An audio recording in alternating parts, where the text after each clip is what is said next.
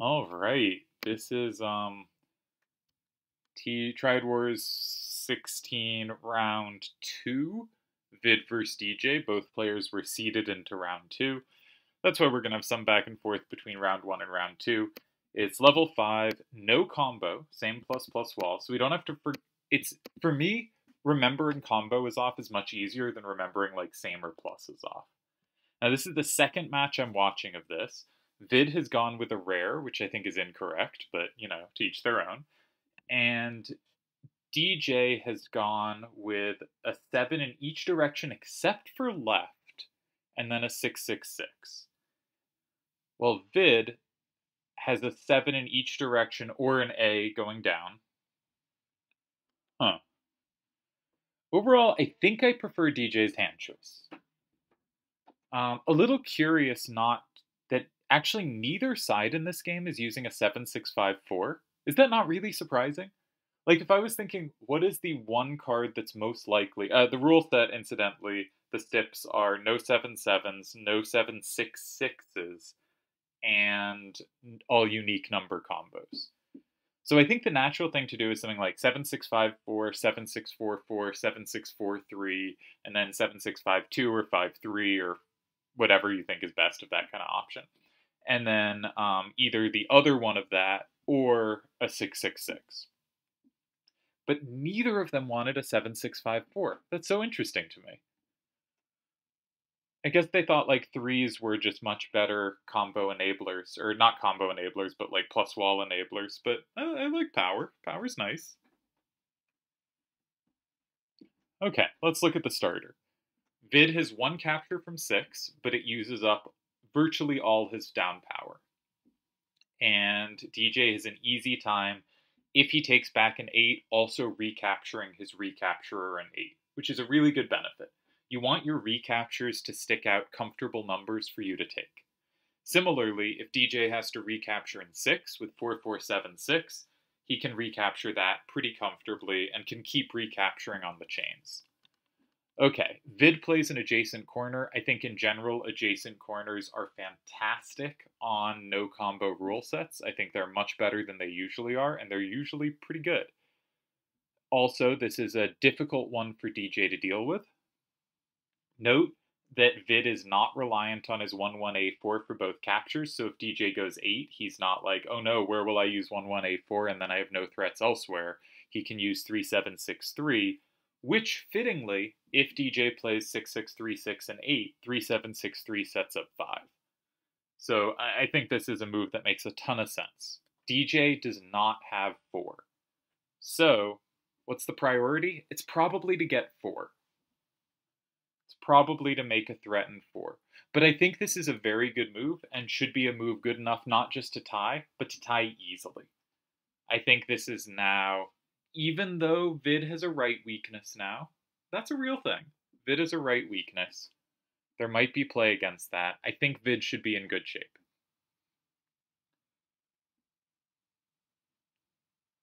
Trying to see if there's any line that changes my evaluation of that. But for instance, the only move in 1 that sets up 4 is 6-6-3-6. But 6-6-3-6, DJ just takes 4 himself, probably, and you can't recapture 1. And you've given up your threat in 8, so you just probably lose. So you don't want to go there. And going 8 yourself, the L's are all good for second turn. Like, you may well tie there, but it's going to be trying to tie. So is there a way to keep some initiative here against what I think is a very good move? Well, you don't have 4, so Vid's threat is to go in 8. So you want to make sure you're in decent shape if Vid goes 8. I would be really tempted to chuck 7-6-3-5 somewhere. Maybe 2. Maybe 2. You don't have the recaptures you really want. Maybe you can't do it because then you just can't deal with the 6s facing down. This is actually, I think, a difficult position. I suspect most moves do tie, right? But I think this is difficult to find a move that looks at all pleasant. Because if you use your 7-6-3-5 up and you're playing on the top of the board, suddenly they have a lot of 6s facing down you have trouble dealing with. And if you use your 6-6-3-6, you've given up your threat in 8. and if you use your 3764, you've given up your recapture in 8 of 9. Maybe that means you can use that card. Maybe that means that's the card to use, because your 6636 can do that as well. And if you use up your 4476, you've given up your recap in 6. All your cards do distinct things. Okay, DJ just takes 8, which might well be the disciplined thing to do. It might be, these squares suck for me, I'm going to get rid of them. I don't have a capture in 4, so I'm just going to flip it in advance so I never need the capture in 4. Now, Vid has a choice. He can play Adamantoise in 6, he can play Adamantoise in 5, or he can play 3763 in 4. I think we should rule out Adamantoise in 5. It might well be fine, like it might well lead to a tie, but I don't think it has serious winning chances because it doesn't create a threat in 6, and so DJ will go in 4, and he will have 2 cards at the bottom while you only have 1, and that usually means he's the one playing for a win. Now, you might calculate it further. You might be like, after he goes 4, whatever he puts in 4, I can play 3763 and 1, and I capture that, and I think that gives me a good position. And you might be right. You might be right. Let's count it out. So going in 5 makes it 5-5, going in 4 makes it 6-4, and going in 1 makes it 5-5 again. And DJ doesn't really have sweepers there. For instance, if 3764 and 2, that doesn't flip anything, and 44673 actually wins. Oh, is that dangerous? That could be really dangerous. So actually, okay, 5 is interesting. 5 is interesting. 5 will require a precise rejoinder. One idea might be to go in 2 and hope your downward sweepers are sufficient.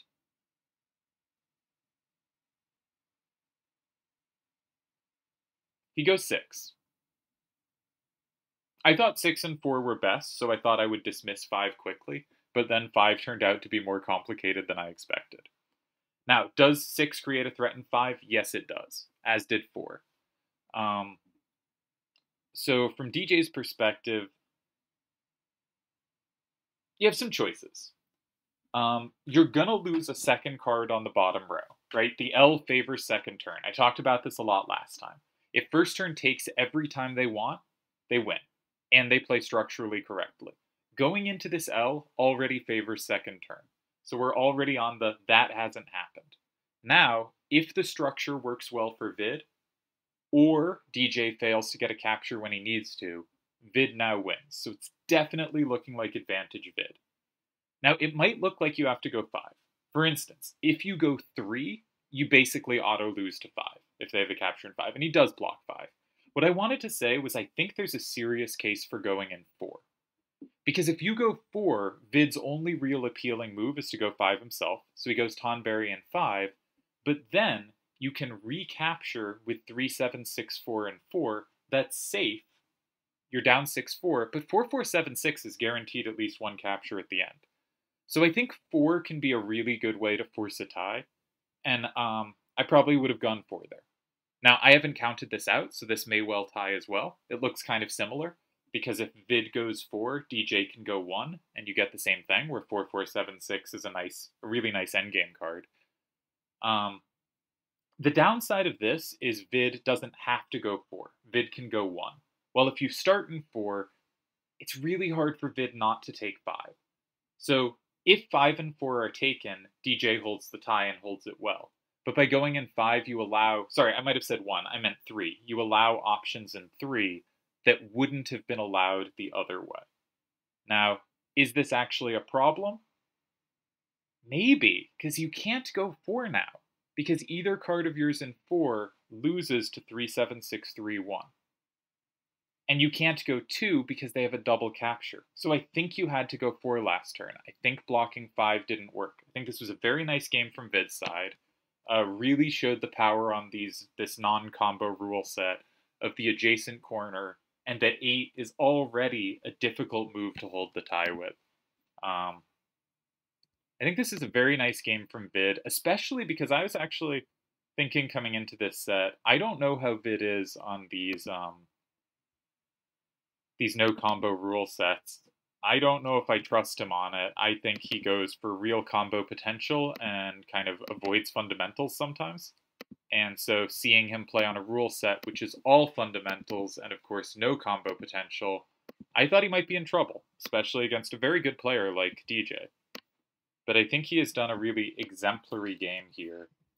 And I think DJ should have gone in 4 instead of 5. I think he was okay.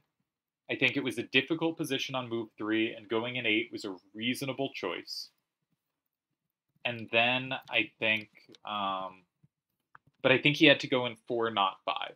I think the idea of 5, they go 4, I hold the tie was a good one, but the way to force it was to go 4. But I haven't done extensive calculation, so I'm going to stick it into the solver and we'll have our answer shortly. But I think a really exemplary game on this rule set from Vid on how to play against a corner starter. And I think in the other game we saw, an adjacent corner also would have been a really good path in the Stuff Cliffy game. I think adjacent corners are just very, very good on this set, and you should be looking to do them whenever possible. And really also showed how without 6/7/6s and without 7/7s, your power to take things is clunky. Like, you really have to line things up right. So it's a difficult set. I put the hands in wrong. Let's get that right. Just out of curiosity, you know. But I thought 4 looked like the way to do it. And I just want to see quite how much pressure this was. So I think 7, 2, 5, 6, and 7 was a good starter. Oh, I put the cards in wrong. I moved a card from one person's hand to the other, but didn't fix it in both hands, right?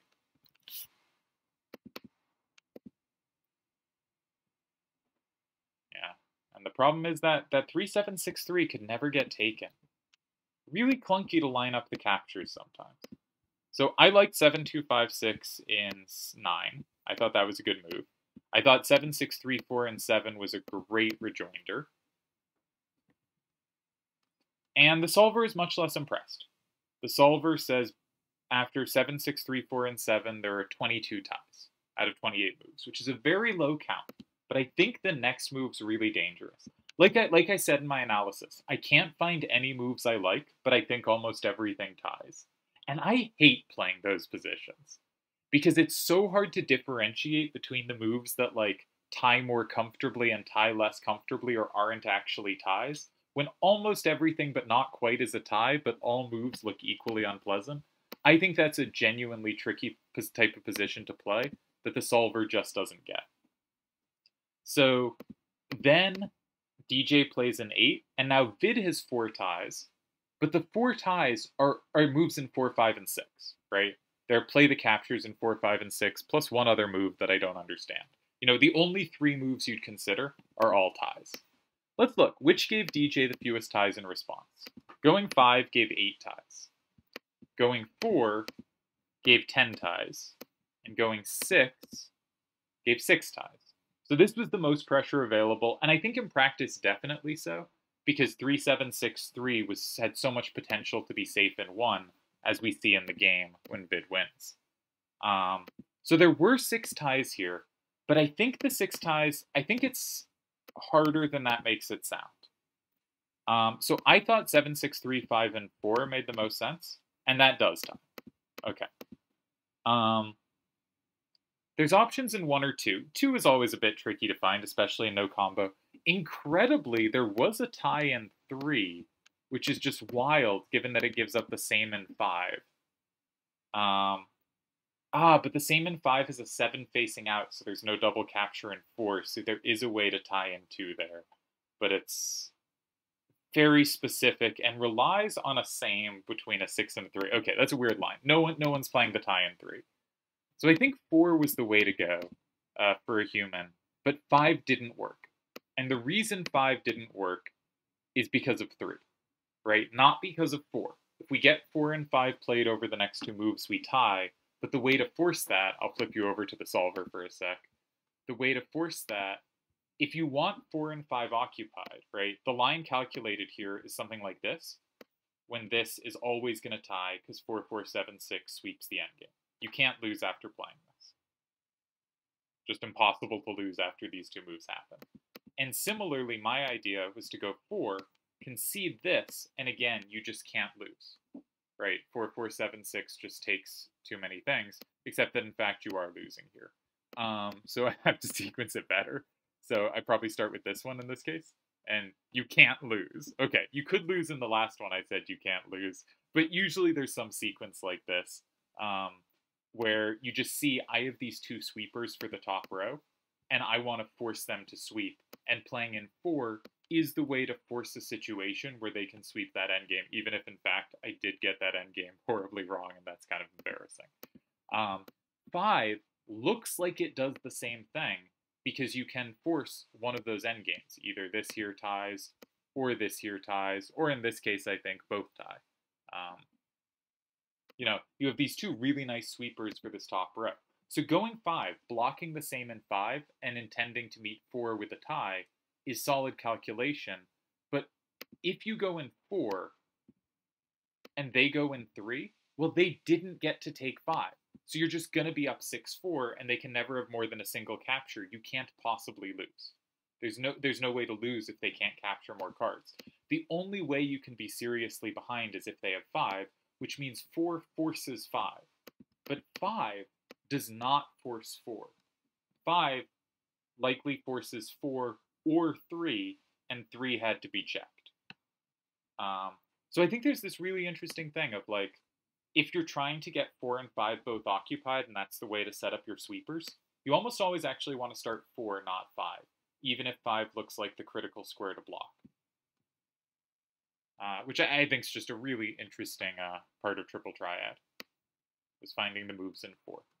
I think this is also something I happen to be good at. I have a good sense for moves in 4. They're not super common, but they appeal to me. And I think this really shows how they can be a good option. And I'd like to reiterate, really exemplary game from Vid. Adjacent corner into an L. Now second turn is already the first turn to lock in a card. First turn now locks in a card back, right? 8 is now locked, so it's 1-1 and locked in cards. But second turn gets to be the first one to lock in a second card as well. And here they manage to lock in a second and a third at once. They're up to 3-1 in locked in cards, and they have captures anywhere they need it. It's over. It's a win. So just really nice game from his side. The only way this isn't a win is if this sets up 2 and you have the recapture in 4. And it does set up 2, but you do not have the recapture in 4, so it doesn't end up getting the win. Or the tie. So yeah, really exemplary game from Vid. Kind of just perfectly how I think you should play non-combo. Like, you put out numbers that are, on second turn, you put out numbers that are hard for them and uncomfortable for them to take. You play as many adjacent corners as possible, where these corner sort of half safeties in 8, but if they occupy them, you get the first lock-in. But if they don't occupy them, you might go there, and suddenly they have trouble taking 7, because you put out a number that's hard for them to take. And it's just really unpleasant, and it's hard to kind of do anything but interact quickly. And then you have your choice of which kind of L you want to set up, and all of them your opponent has to be at least somewhat careful, and it's really easy to go wrong. And here, 5, you set up a same in 5, it's very natural for your opponent to block 5, but now either 3 or 4 has very good chances to be winning, and in this case, 3 was. And I was looking at a kind of similar idea, which was in this sequence, where this does a kind of similar thing, where you lock in extra cards and it's actually winning. Where the 4-4-6-7 and 3-7-6-3 could land safely and so valuably in a number of lines. And that ended up being a really powerful effect. Yeah, great game by Vid. Congratulations on winning this. Again, I was somewhat skeptical of Vid on a no-combo rule set coming in, and he played this fantastically. So well done.